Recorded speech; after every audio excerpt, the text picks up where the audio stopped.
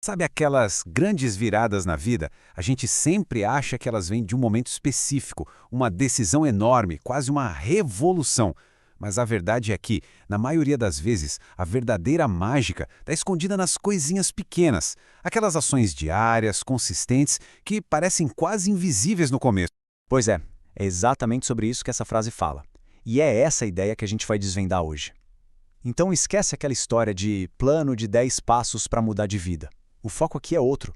A gente vai olhar para as pequenas coisas, aquelas que, de pouquinho em pouquinho, constroem a base de tudo: disciplina, confiança e até paz interior.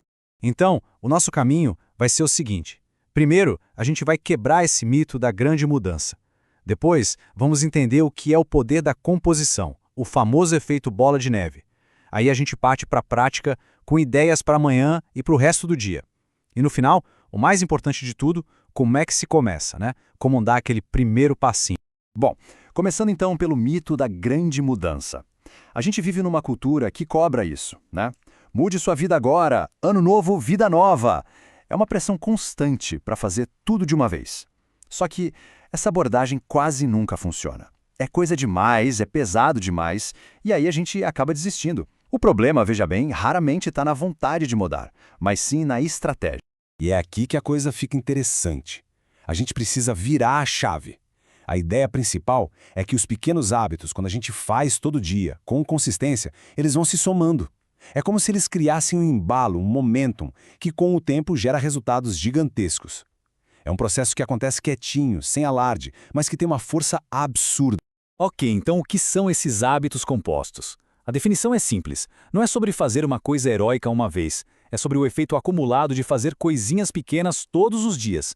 A analogia perfeita é a dos juros compostos, só que aplicados à nossa vida, ao nosso crescimento pessoal. E como é que isso funciona na prática? Bom, o processo é bem direto. Olha só, tudo começa com um único hábito, bem pequenininho. Aí vem a consistência de fazer aquilo todo santo dia. Isso, por sua vez, gera um embalo, um impulso. E esse impulso, com o passar do tempo, é o que leva àquela transformação silenciosa. Sabe, no dia a dia a gente mal percebe, mas quando olha para trás, 6 meses, um ano depois, uau, a diferença é gigante. Beleza? Chega de teoria, vamos para a parte prática. E tudo começa de manhã. Tem uma frase que diz: quem controla amanhã, controla a mente. E quem controla a mente, controla o dia inteiro. A ideia aqui é simples: começar o dia de forma intencional e não simplesmente reagindo ao que aparece. Vamos ver uns exemplos bem concretos. Acordar 30 minutos mais cedo. Poxa, mas para quê? Não é para virar uma máquina de produtividade. É para ter um tempo para respirar, para começar o dia no seu ritmo. Arrumar a cama? Parece bobo, né? Mas é a primeira tarefa do dia concluída. O primeiro cheque. Isso já dá um gás inicial. E ler 10 páginas. Pensa nisso como um pequeno investimento diário em conhecimento. Todo dia um pouquinho. E agora, olha só esse número: 3.600. É aqui que a gente vê o poder da composição na prática de forma bem clara. Ler só 10 páginas por dia parece quase nada, né? Mas em um ano, isso vira mais de 3.600 páginas. Sabe o que isso significa? É o equivalente a uns 15 livros, mais ou menos. É uma biblioteca inteira de conhecimento que se adquire com um hábito que leva, sei lá, 15, 20 minutos por dia. É impressionante. Ok, amanhã está dominada, mas e o resto do dia? O desafio é justamente manter esse embalo. Então, vamos ver agora alguns hábitos que ajudam a gente a gerenciar a energia e o foco durante o dia todo e que vão construindo essa disciplina tijolinho por tijolinho. E aqui tem uma regra de ouro, a regra dos 2 minutos. Ela é fantástica para acabar com a procrastinação.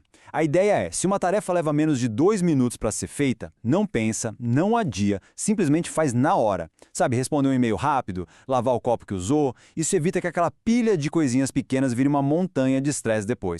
E isso nos leva a um ponto fundamental, que está bem ilustrado aqui: a diferença entre motivação e impulso. Pensa bem, motivação é um sentimento, é uma faísca. Ela é ótima, mas ela vai embora. É totalmente inconstante. Já o impulso, o momentum, é diferente. Ele não depende de sentir vontade. Ele é construído pela ação. A motivação é a faísca, mas o impulso é o motor que continua girando. E os pequenos hábitos são o combustível desse motor.